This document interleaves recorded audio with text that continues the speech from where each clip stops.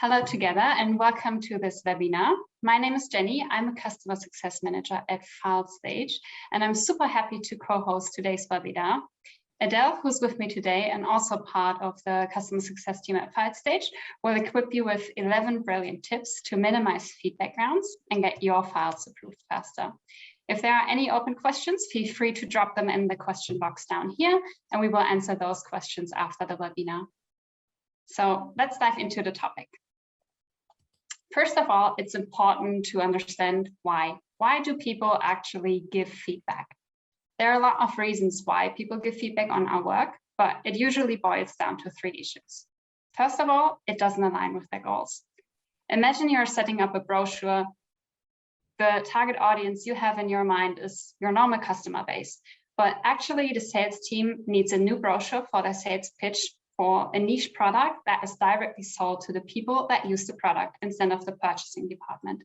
The wordings and most likely the structure behind this brochure is completely different. Second, it isn't what they expected. Let's stay with a sales pitch brochure. They might expect a one-pager, something super simple and easy to understand. But you think it's important to add as many details in there as possible. That's just not relevant for their target group, so it would be good that somebody tells you. And last but not least, it isn't accurate. Imagine there's wrong information inside a sales pitch brochure. We are human, and that happens. It probably happened to at least 1 or 2 of us in the past. So it is important that somebody checks the information and makes sure it's all accurate. Now that we understand the why we need feedback, it's time to reflect ourselves and make sure we know where are we actually at this exact moment and where do we want to be in future. Let's get that down to 3 stages. So stage 1, the good. You're the absolute superhero of reviews. Your review rounds are very short. The review rounds are the project manager's dreams, and you only need a few adjustments to get your review done. Stage 2, review rounds do not really feel like a lot of fun to you. You're wasting your time in consolidating feedback and then still end up with persons telling you to change the color to green, while another person tells you to change the color to red, while a third person tells you to change it to purple. No fun, but day-to-day business. This leads you to struggle to hit your deadlines or not even hitting them at all. And then last but not least, the ugly. Let's face it, your review rounds are a nightmare. Projects seem to never end and your review rounds are endless. You might even sometimes disagree with changes that are made after the review processes. And also you're constantly stressed about your project reviews. So let's get honest to each other. Where do we stand at this exact moment? We have set up a poll for you guys to bring in your feedback here. Tell us, where do you stand? Where do you want to be? Give us your insights there. We would be super happy to see some review and approval heroes, but also we know that the ugly truth is that most of the people are somewhere around the bad stage.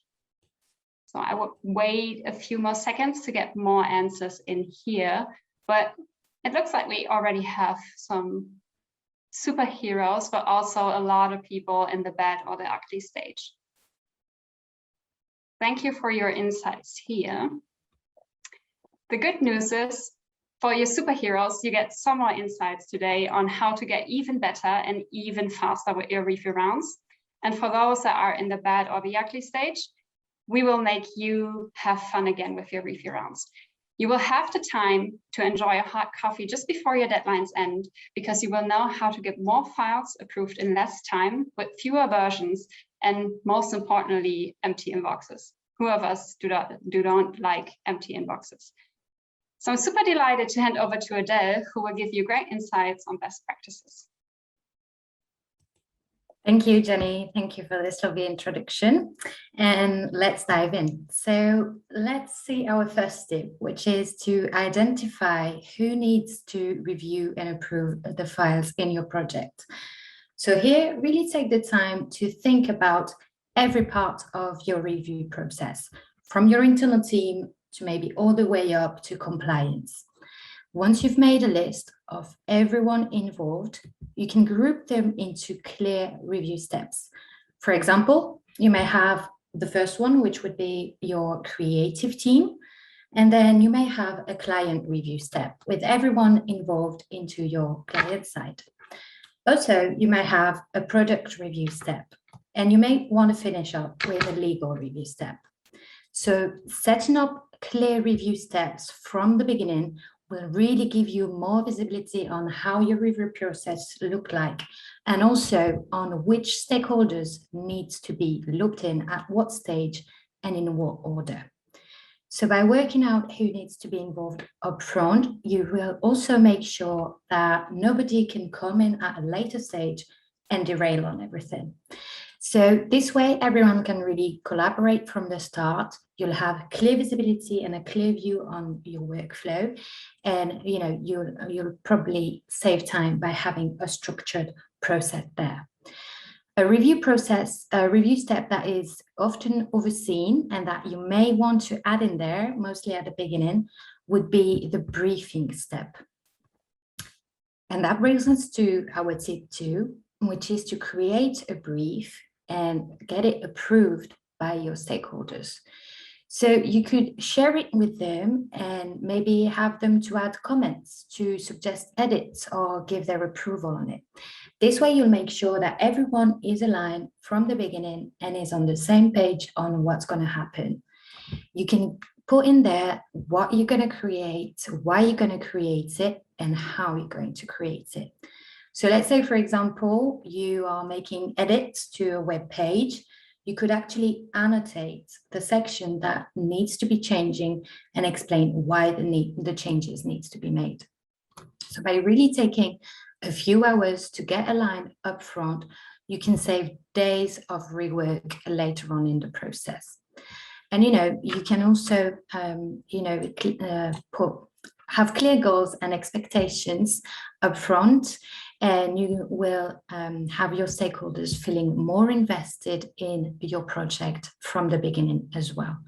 And your stakeholders will actually really like to feel more invested, because it's not as easy to work with maybe external stakeholders as it is to work with your internal team with whom you're really used to communicating with.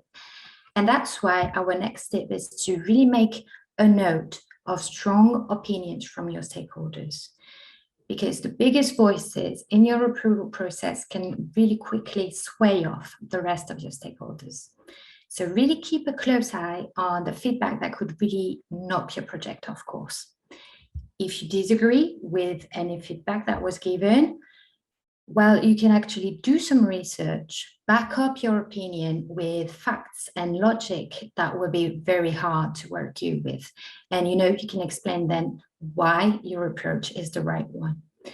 Then once you share your work, you can explain that logic up front and you will win the argument before it even begins.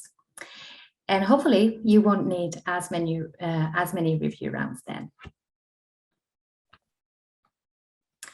Another tip for you is to really get a feel for your stakeholders and how involved they'd like to be in the creative process. So if they are interested in design and copy, maybe you could give them options for headings, for layouts, or different images even.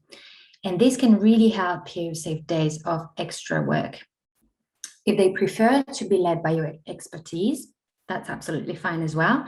But then you can give them strong recommendation with a clear rationale for your decisions. And maybe you can also, include the best practices that you've followed. So this will really help your stakeholders as well be more confident into your work. That's why communication here is really, really key. And that brings us to our tip number 5. On this one, we recommend that you share a quick video to talk through your work. So you could actually use a tool like Loom or Vidyard or Soapbox. And this way you can record your screen, your microphone, and your camera at the same time. And short and sweet, in just a few minutes, you can recap the brief, recap the goals of your project, show different options maybe that you've explored, and explain the key decisions that you've made. in that step, you could also, address the strong opinions that we've mentioned before. So this way, your stakeholders will be, aligned with what the project is about from the beginning. And also, they can always refer to that material later on.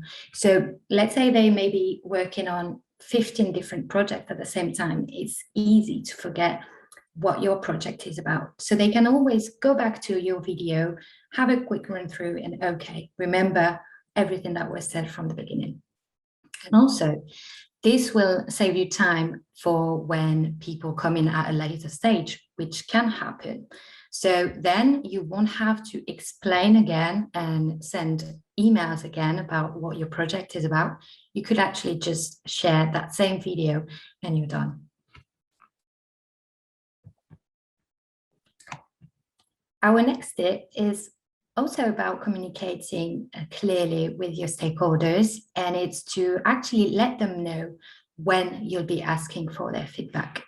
So we would all dream of it to be this way, but you can't expect your stakeholders to drop everything at once and review your work the moment you send it. You can therefore, help them anticipate when you'll need their input.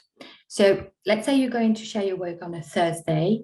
Maybe you can tell them ahead from the Monday that you'll need their feedback then. And therefore they can, on their own schedule, put it on their to-do list and gather their feedback before you do so on the Thursday. So instead of having to wait for feedback, you will really accelerate your review rounds there. And you'll hit your deadlines and get your files approved faster. So this will really cut time from sharing your work to getting more feedback, and hopefully you won't have to chase for feedback again.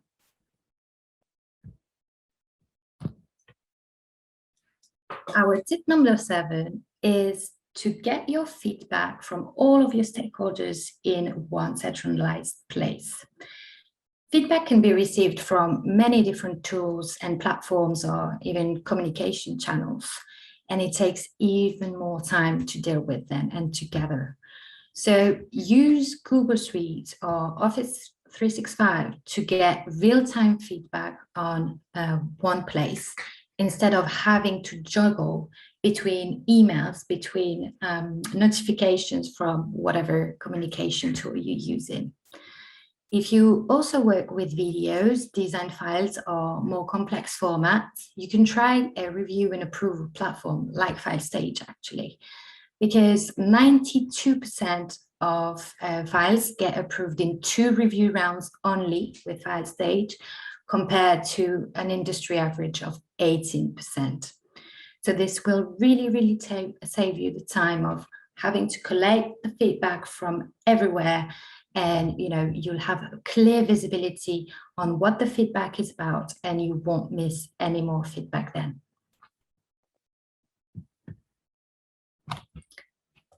That's our tip number 8, and I must admit this is my favorite one because I just think it's quite often overseen and it is a massive time saver.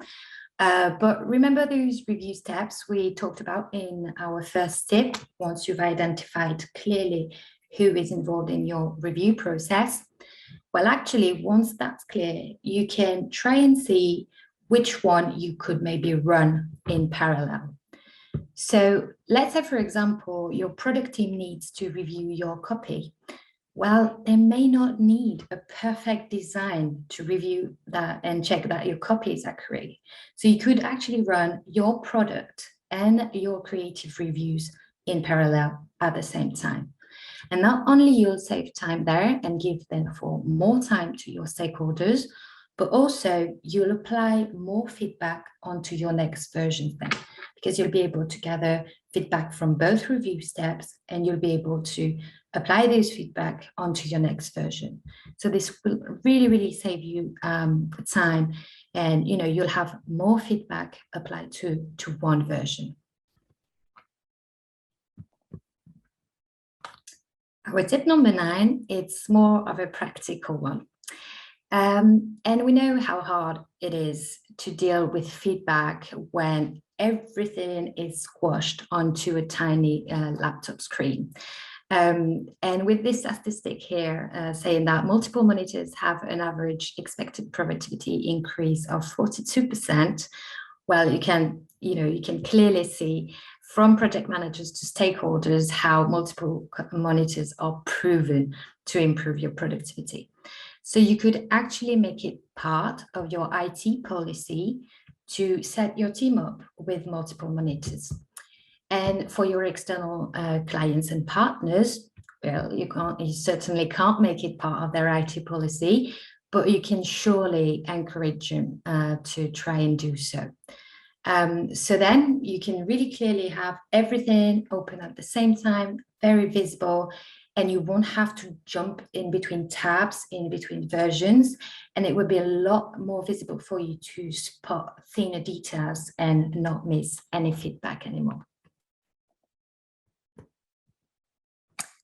Our tip number 10 is about content creators. And because too often, and that's a shame, creatives are kept away while managers deal with the feedback. And then when managers give the feedback back to the creative teams, well, they may have a million questions. They may react on it. They may have different suggestions to provide. And therefore, to speed up your review process, you could create a two-way conversation between your stakeholders and your creatives. And then, your creatives will be able to quickly act on the feedback, maybe have suggestions made directly to your stakeholders then, and validate further. With Filestage, actually, you can tag your creatives into tricky feedback in context. And they can also, upload and share the work themselves. So this really, really helps speeding up things and, your review process there. So having a two-way conversation is a great tip to smooth the communication and get things done faster. And our last but not least tip is about, file versions. So I believe that this will talk to everyone when we say that 20% of workers have lost or deleted important work files. And if it's not even important work files, let's face it, we've all deleted the wrong file at some point. So maybe you're also familiar with receiving feedback on an older version, or maybe losing files because a transfer link has timed out. And this way, you'll certainly understand how stressful version management can be. So to help you out, we have a few tricks for you there. So first of all, you could set up a consistent naming convention. You probably are familiar with all these files that have final in the subject. So for example, final_final, and then you have another one, which is also final version. So it makes it really hard then to figure out which one is the actual latest version that we need to work on. So by setting up a consistent naming convention, you will take that away. So you'll have a clear visibility on what the file is about and what is the latest version there. Also, a great benefit of that is it takes out the thought process of having to rename your file. You might be sometimes thinking, how am I going to name that file so everyone can relate to it and everyone can clearly see and understand what it is about? Well, with the naming convention then, it takes the thought process out of you and you just have to follow it and you'll have a clear naming then. To keep your file versions backed up, well, you could actually work from a cloud drive if you're not already doing so instead of your desktop. So this way, obviously, if something happens to your computer, you'll have everything saved on there. And also with the auto-saving feature, well, all of your edits are taken into account. And the last trick which is actually such an important one that we made a full slide out of it, is to use a review and approval platform. Teams invest huge amounts in the newest content creation tool or in the latest project management software. But let's face it, if your approval process is still a clunky mess, you will still struggle to hit your deadlines. Filestage, for example, is a review and approval platform that takes care of a lot of these things for you. In there, you can create structured review steps, get feedback on all of different types in context, and also really keep your versions organized. And it works because actually teams report that files get approved 3 times faster and that managers receive 30% less emails. And I mean, who doesn't dream of having less emails to deal with? I certainly do. So that's it. That was our bonus tip after these 11 tips to minimize feedback and get your files approved faster. I hope this was helpful for you, and I will hand over back to Jenny now. Great, Adele. Thank you for all these insights. Super nice tips you gave us there. I'll encourage you all, if you have any more open questions, feel free to drop them into the question box now. There have been a few questions coming in, or one question. I'll just quickly read it to you. So I already informed my stakeholders that files are upcoming for review. Still, I struggle to hit my deadlines with them. Do you have any idea how to handle that? That's a great question. So thank you for asking, first of all. And, you know, if you already inform your stakeholders that files will be coming for reviews, what I would suggest there is to maybe use strict deadlines with them. So you could either use your own deadlines with them, but what might be even better if you kind of know your stakeholders there and you know they're going to be a bit late on these deadlines, you could actually have a prior deadline, so an earlier deadline for them. And this way they can make sure that the feedback is on time for you to handle. Also, you could use a review and approval platform as well, because it is most likely that in there you'll have like an automation that will remind your reviewers automatically that the review is coming to an end and that they have, you know, to review your file before the due date that you've specified. Cool, thanks for your feedback there. And the second question is, will we receive a recording of this session? Yes, so correct me, Jenny, if I'm wrong there, but I do believe that the recording and the white paper around this topic will be shared on our blog and also via emails. Perfect. So I'll give you guys one more second if there's any upcoming question now.